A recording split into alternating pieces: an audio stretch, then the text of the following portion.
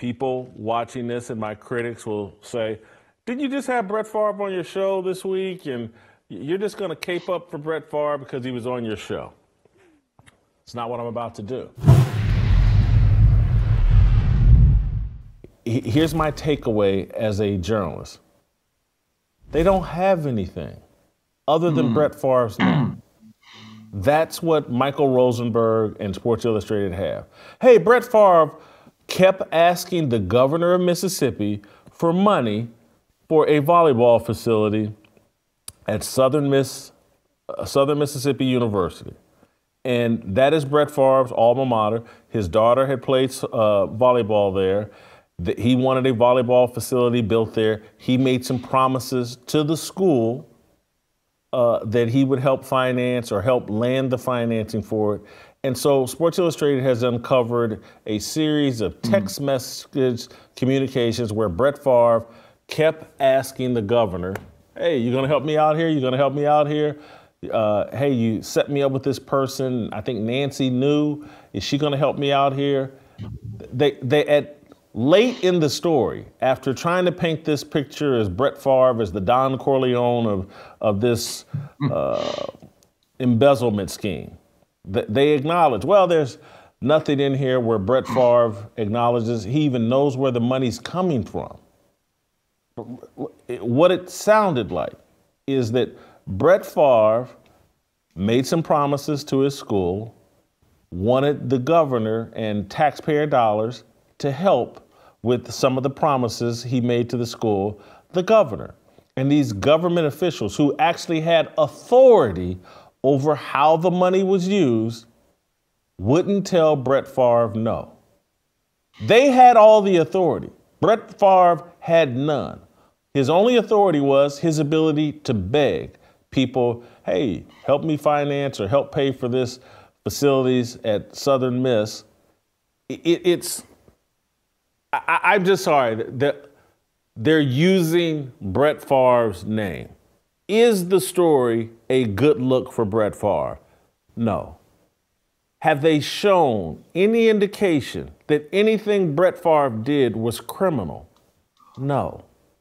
He was a tax-paying citizen begging a government official to help pay for something on a state university.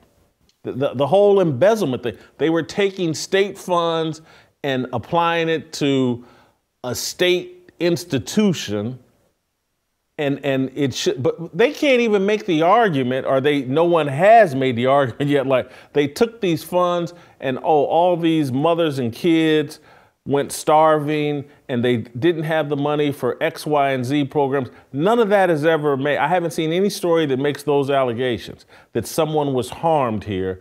I'm not saying what was done by these government officials certainly appears to be illegal. But Brett Favre has no authority over any of that money. Brett Favre is being used here to elevate these stories, help people win journalism awards, and to help people look like, hey, I'm not racist. I brought down Brett Favre. That's my takeaway. Yeah, my takeaway is this. That story is only the second worst thing Sports Illustrated has done this week. Did you see their swimsuit cover? Who they put on there? Where have you gone, Paulina Poroskova? Where have you gone, Cindy Crawford? I never knew I had it so good as a child. Second of all, I think that last one is absolutely correct. Any white journalist that sticks up for Favre, they don't want the blowback. And you're right, it is a form of virtue signaling. Yes, it's a bad look. There's no other look it can be for Brett Favre. However, I will give this a bit of advice to any athlete or that's in the position of Brett Favre from now on. Just write a damn check. I'm just saying, it's like whether it's $1 or $1 million or $1 billion, just say, there's my check. This is my contribution. Don't get caught up in this. There's no upside. Because here's the thing, though, Jason, like you will read that story meticulously and you'll break it down and then you'll come away with a different conclusion. The general public, which already wants to castigate and convict Brett Favre because it's a juicy headline and he's the big name, they're just going to basically read the headline, maybe the title if it's on the cover, and they'll draw their conclusion within the first 2 minutes. Brett Favre and fraud. So now it becomes Brett Fraud. All right? And look, I do feel bad for Brett Favre in this sense. maybe he didn't have the worst intentions. Maybe he thought what he was doing was okay. Again, he did not have the authority. But again, to future athletes and celebrities, just write a damn check, and that's it. Leave it clean, walk away. The check, here's what is logical to assume, is that Brett Favre talking to the school president and being a big shot at his alma mater said, hey, look, we can build this facility. I'll make a contribution, and I'll put some pressure on the governor to cough up some money to pay for the rest. They'll find the funds. And you know, that's how Brett Favre used his celebrity to benefit his alma mater. That is par for the course for a lot of celebrities and a lot of athletes and a lot of just people with fame and a following. They use their influence to benefit the institutions that they're associated with. This whole thing, as it relates to Brett Favre, could have easily, the governor, no. This Nancy New could have said no. Anybody there could have said no, or could have said, hey, Brett, the way we were trying to finance this was going to be illegal and get us all locked up. We can't do it. That's not what happened. And so Brett Favre just kept asking because that's probably what he's been doing the last 20, 25 years in Mississippi. But Jason, I get it, but Jason, I'm going to just give an example. At the University of Miami, a couple of their meeting rooms are named after Dwayne Johnson. He's done okay. And Edgerrin James. You know what they did? They wrote a check, and this is my contribution. They didn't try to get the Florida governor or the Miami mayor. No, here's a big check. You don't know that, Steve. You don't know that. I would bet that they did not try to. I would bet that they probably tried to get no other governor or any type of government official to fund a football meeting room or the running backs room. Come on, Jason. We're being a little bit naive. No. Just because I have plenty of experience with Ball State, and I'm just because they got a meeting room named after them didn't mean they paid for that meeting room, or it doesn't mean that was why the meeting room was named after them, because they paid for that meeting room. Could they have participated in parties, in social gatherings where they're trying to influence political people to support it? Absolutely. Again, when you go to the press box and to these games or whatever, the president has his box, and whatever political figures that have it, they come to the president's box, and people ask for things or ask him to support different things. I'm sure they did cut a check, but it's just a tiny bit more complicated than cutting a check. But from now on, just write a check and there. That's what I did. Boast.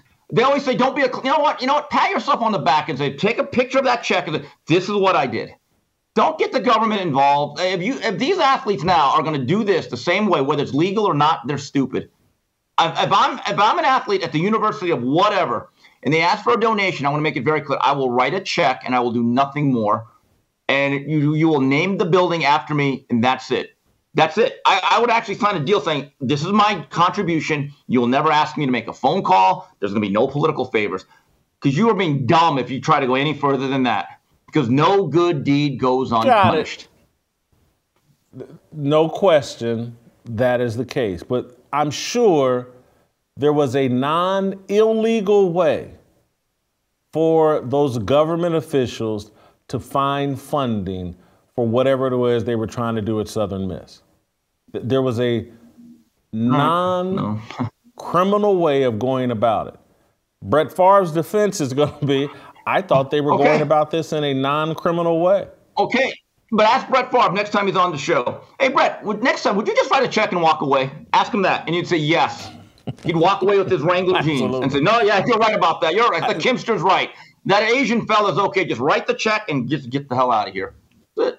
I guarantee you he's done that before. I'm sure he's written some checks for Southern Miss in the past. And there's a point in the story, and this is where, you Mike Rosenberg and Sports Illustrated, they don't have an interest in getting at the truth. They have an interest in making Brett Favre look bad and fanning the flames. But there's a point in the story where they show either, I think, a text message exchange between the governor and the school president, where the school president is basically, yeah, I've tried to tell Brett to stay out of this and not do X, Y, and Z. And the governor says something that makes him look like Brett's out of control. Sports Illustrated at some point alleges that the governor is writing text messages to cover his trail, to leave a written thing that exonerates him. And so they apply that logic to other text messages, but not this one between the governor and the school president. And I read it and go, these are both guys, the school president and the governor, both trying to cover their tails. They've been great friends and probably have done a lot of deals together and a lot of things together. Hey, I need a solid here. We're going to put this on Brett, because the reason why they're comfortable putting it on Brett is because Brett is the one guy that can legally say, I've done nothing criminal here. I asked for money. That's it. I have no control over it. Okay. So the Sports Illustrated story is just sloppy. Okay. Yeah. But Jason, from now on, next time an athlete writes a check and someone says, hey, can you make a few calls? The athlete should say, no. What about Favre? There, that's it. That's it. That's the advice I have for everybody. Just write a check and walk away. Like what you saw? Hit that like button, subscribe, and check out the full episode by clicking the link below.